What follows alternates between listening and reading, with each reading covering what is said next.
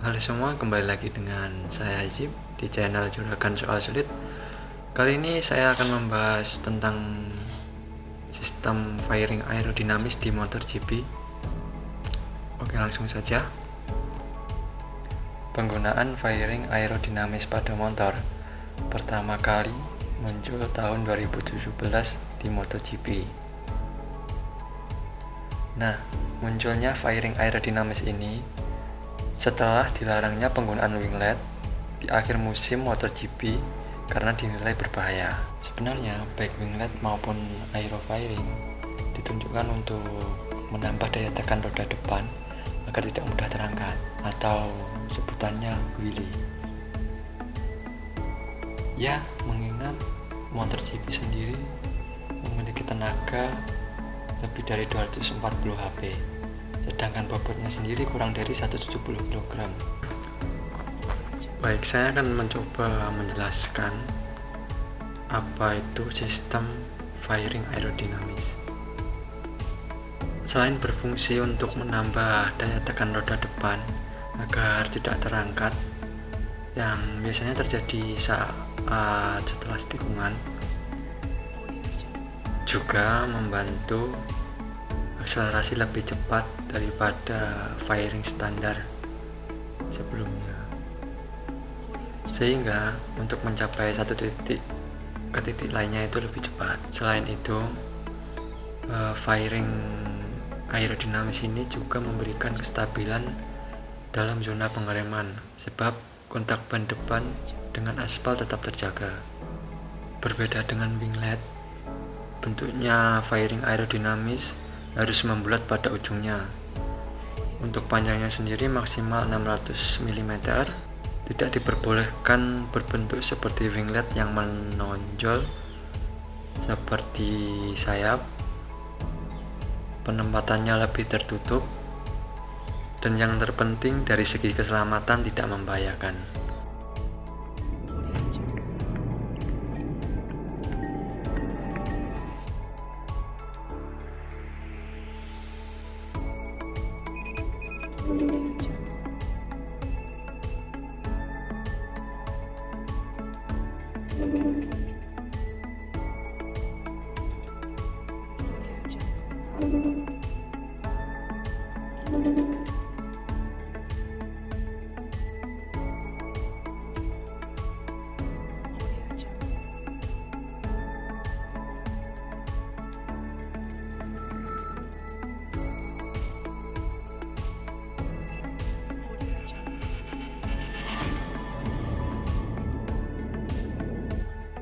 Baik teman-teman sekalian, saya lanjutkan untuk menjelaskan manfaat dari firing khususnya di MotoGP.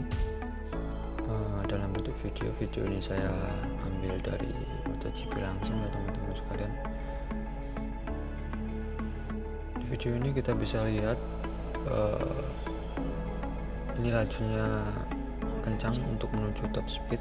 Dia sebelumnya ini mau menuju top speed. Mari kita lihat apa aja perbedaannya antara firing standar dengan firing yang pakai aerodynamic.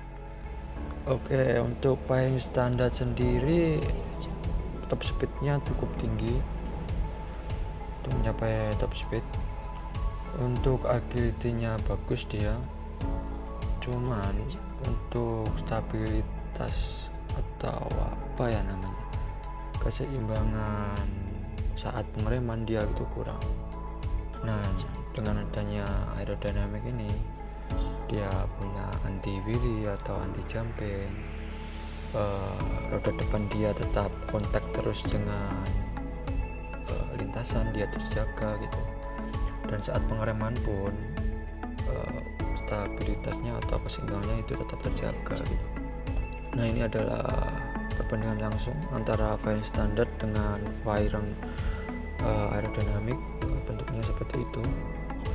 Nah, ini adalah aliran fluida, orang teknik bilangnya, saat terkena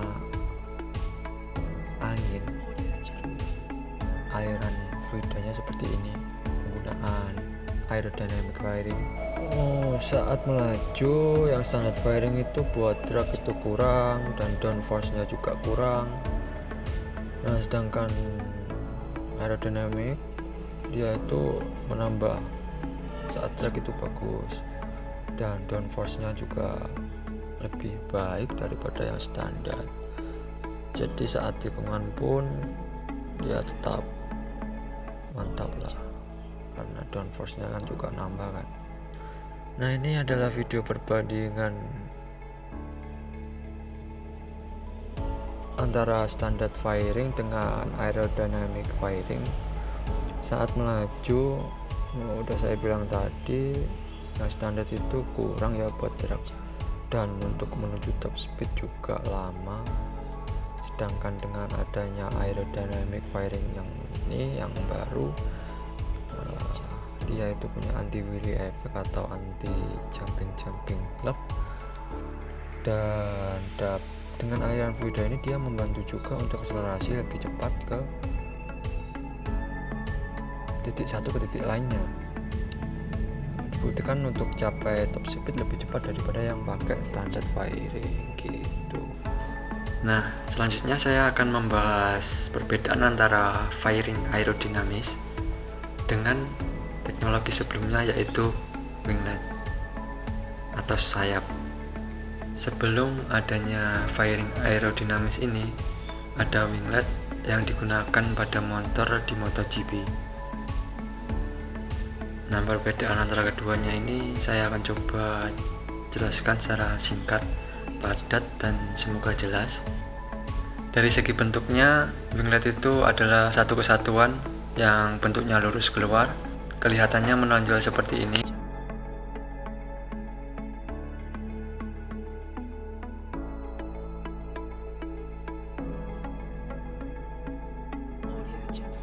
Sedangkan firing aerodinamis dikemas tertutup, tidak menonjol.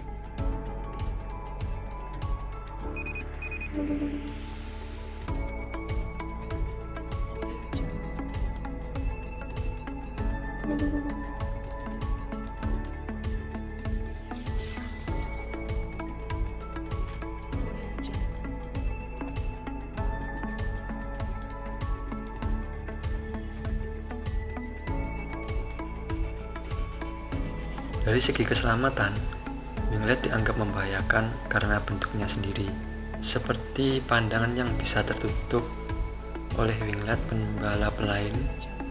Sedangkan firing aerodinamis dikemas lebih tertutup dan sesuai porsi besar motor, sehingga tidak mengganggu pandangan pembalap lain.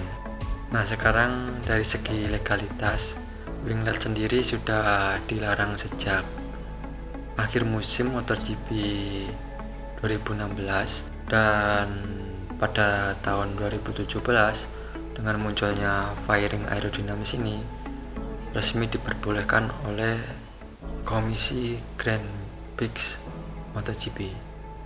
Kembali pada bentuknya, winglet kebanyakan itu ujungnya lancip, sedangkan firing aerodinamis itu membulat. Untuk ukuran winglet sendiri sebelumnya belum ada aturan, sedangkan untuk firing aerodinamis itu maksimal 600 mm itu lebarnya. Nah kesimpulannya, menurut saya firing aerodinamis ini lebih baik digunakan ya daripada pendahulunya winglet, karena mengingat juga keselamatan para pembalap itu yang paling utama. Dengan diciptakan firing aerodinamis ini, fungsi winglet sebelumnya tidak hilang, namun keselamatan pun juga tidak membahayakan gitu. Dengan diciptakannya fairing aerodinamis ini, saya rasa fungsi winglet sebelumnya itu tidak hilang, malah nambah di segi